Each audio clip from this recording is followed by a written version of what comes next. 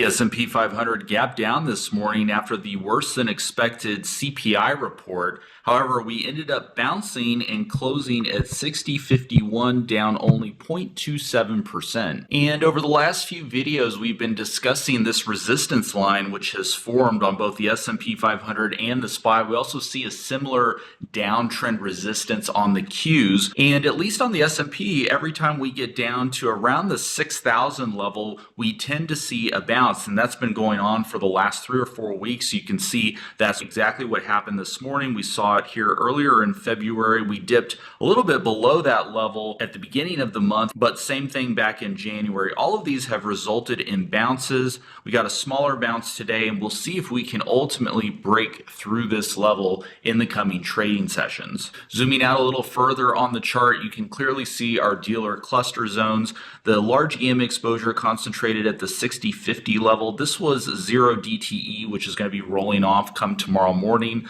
That leaves the largest gamma exposure concentration at the 6,200 strike. If you've been watching our videos for the last week, you know we've been highlighting this as a potential target heading into March. This large gamma exposure concentration accompanied with volume at higher strikes. Today it's a little bit on the lower side, but many days the options volume has been quite large at the 6,100 and the 6,150 strike. And so that's something we've been watching as more market participants are coming in and trading at these higher levels. So our basic thesis is that this resistance line may eventually breach to the upside, targeting these higher strikes that we're seeing between 6,100 and 6,200 on the upside in the coming weeks. Coming over to our gamma exposure data graph, our GEX weighted volatility gauge measures implied volatility, which is weighted by gamma exposure, and this number has been coming down over the last couple of weeks. Currently, we're sitting at 38.7. This means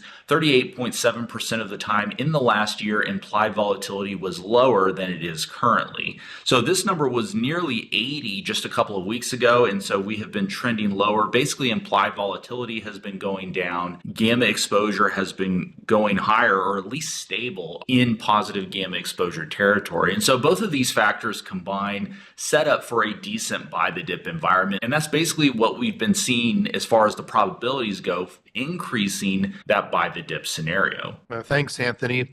I pulled up QQQ's chart, and right now I have the 3D gamma graph pulled up.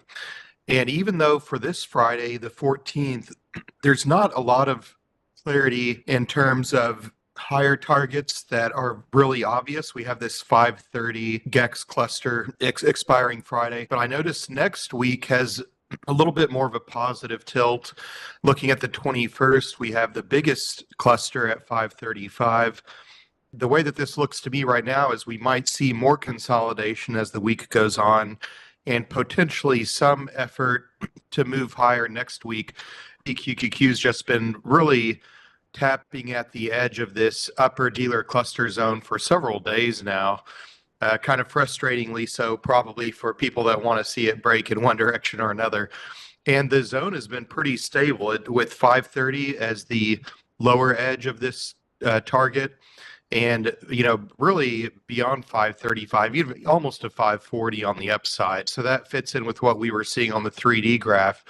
The chart's still fairly constructive. I mean, we keep vacillating above and below this whole moving average at 527. We're currently above it, and 540.166 is the upper limit, right within that 535 to 540 target range. So still lean toward the upside and buying the dip, just like you said. Thanks, Sean. Let's take a look at Bitcoin. Bitcoin, as we've mentioned, is one of our favorite indicators to judge risk on sentiment. We got a little bit of a bounce today, as you can see here. And by the way, this chart is actually showing our 3 largest positive gamma exposure levels, as well as our 3 largest negative gamma exposure levels, here highlighted by the red and the green lines. And I wanted to bring this up because basically every single time Bitcoin has dipped into this range, which is really between the 92,000 and 95,000 level.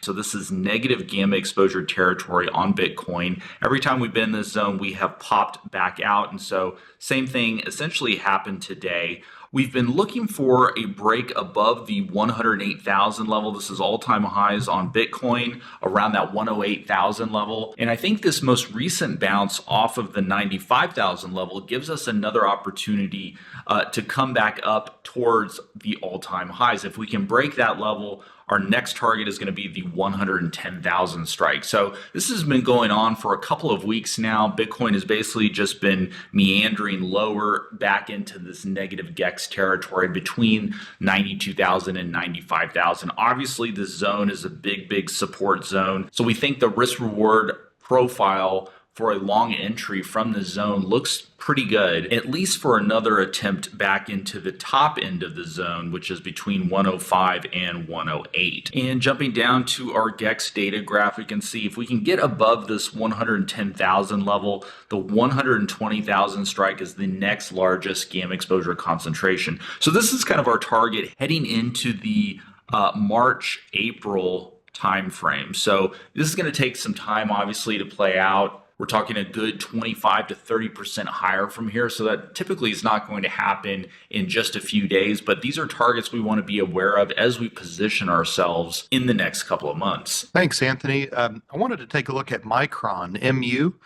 And you can see the chart's been in kind of a broad consolidation pattern, mostly sideways to down over this period of several months. Today, we almost touched this lower Keltner channel at 86.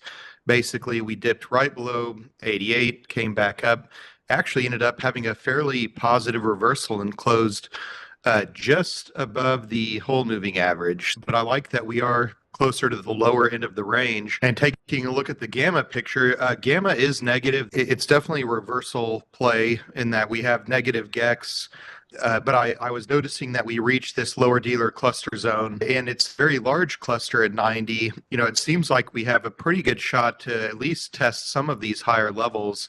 And it's certainly a name that's been out of favor despite being, in the tech sector. So something to keep an eye on, and maybe we'll get an entry here in the next day or two for a shorter term trade. Thanks, Sean. Yeah, it's interesting. Nvidia has been on a tear ever since the beginning of February, rallying from below 115 up to 130. We've mentioned this a number of times over the past couple of weeks in our videos. We closed out an Nvidia position yesterday and actually entered a new position today. By the way, you can follow along in our community Discord as we discuss the positions that we're trading each and every day. Link in the description below. So it's going to be really interesting to see if Micron will play catch up here in the coming weeks. So definitely one to keep our eye on. And next, let's turn to McDonald's. McDonald's trading above 307. It's really been on a tear over the last month or so, as has many of the Dow names that we've been watching. McDonald's had a really nice gap up on earnings a few days ago. It seems to be consolidating here in a bullish flag pattern. Gamma exposure is concentrated on the upside at the 315 strike. So McDonald's looks like it has further to go. We saw quite a bit of options volume coming in, over 8,000 contracts, which is pretty sizable for McDonald's at the 312.50 strike today. So it seems like market participants are continuing to position bullishly in the options market. Our bet is that this consolidation pattern will break to the upside and target that 315 level. So we're going to be watching that very closely here in the coming days. This actually looks like an interesting setup for a potential theta decay strategy. So that's going to be something that we're looking to add to our portfolio in the coming days. Thanks, Anthony. I've got Lockheed Martin pulled up, LMT. Lockheed has been above the whole moving average for 3 days. It's deeply oversold and below the lower daily Keltner channel. So that's something that is potentially a contrarian signal. If we look at the upside, 470, the middle Keltner, or approaching 500, it's just over 495 on the upper Keltner channel would be potential targets for this. And looking at the gamma picture, it seems to coincide with some of those figures. We're right at this lower dealer cluster zone at 440. That's a very large GEX cluster. We have additional GEX at 425. And the volume today caught my attention at 500, which is right above that upper Keltner channel that we were looking at on the chart. So it's an oversold negative GEX play with potential to see significant rebound even though it's been in a downtrend. And guys, you can still take advantage of our promotional offer, $300 off our yearly portfolio manager tier subscription. Use code WINTER2025 at checkout. We do have a few spots remaining, so take advantage of that while you can. Our members get access to our Gamma Exposure dashboard and our option flow analytics tools. You'll also get access to our premium channels in Discord where you can follow along with our trade ideas, our portfolio updates, and our gamma exposure analysis. We've got a ton of great traders in there sharing their own strategies and trade setups as well, so you don't want to miss that. Link in the description below. Thanks so much everybody for watching, and we'll see you guys in the next video.